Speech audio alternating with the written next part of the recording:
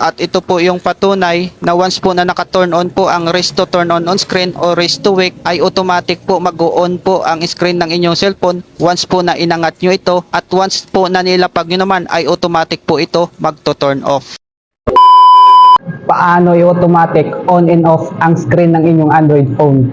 Kung madalas kang gumagamit ng power button or button ng inyong cellphone, meron akong tricks na ituturo sa inyo para hindi madaling malaspag or masira ang button ng inyong Android phone. Kung gusto mong malaman kung paano, sundan nyo lang ang video na ito hanggang dulo.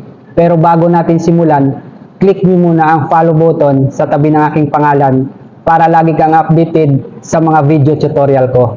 Open nyo lang po ang settings po ng inyong cellphone, and then kapag nasa settings na po kayo ng inyong cellphone, pindutin po natin itong search bar. At pagkatapos po ay i-search lang po natin dito ang raise to turn on screen. So paalala po sa lahat ay hindi po tayo magkaparehas ng settings ng cellphone. Ang iba po ang nakalagay po dyan ay raise to wake. Ang sa settings po kasi ng aking cellphone ay raise to turn on screen.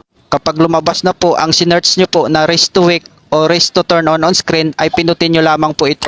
At pagkatapos po ay i-turn on lang po natin itong raise to turn on screen. Kung sa inyong cellphone po ay nakalagay raise to wake, ay i-turn on nyo rin po ito. Once po na naka-turn on po yan, ay automatic na po mag-on and off ang screen po ng inyong Android phone at hindi po malaspag or madaling masira ang button po ng inyong cellphone. At ito po yung patunay na once po na naka-turn on po ang raise to turn on screen o raise to wake, ay automatic po mag-on po ang screen ng inyong cellphone once po na inangat nyo ito, at once po na nilapag nyo naman ay automatic po ito mag-turn off. Kung nagustuhan nyo po ang video ay paki-share at paki-follow na rin po ako, at magkita-kita po tayo in my next video.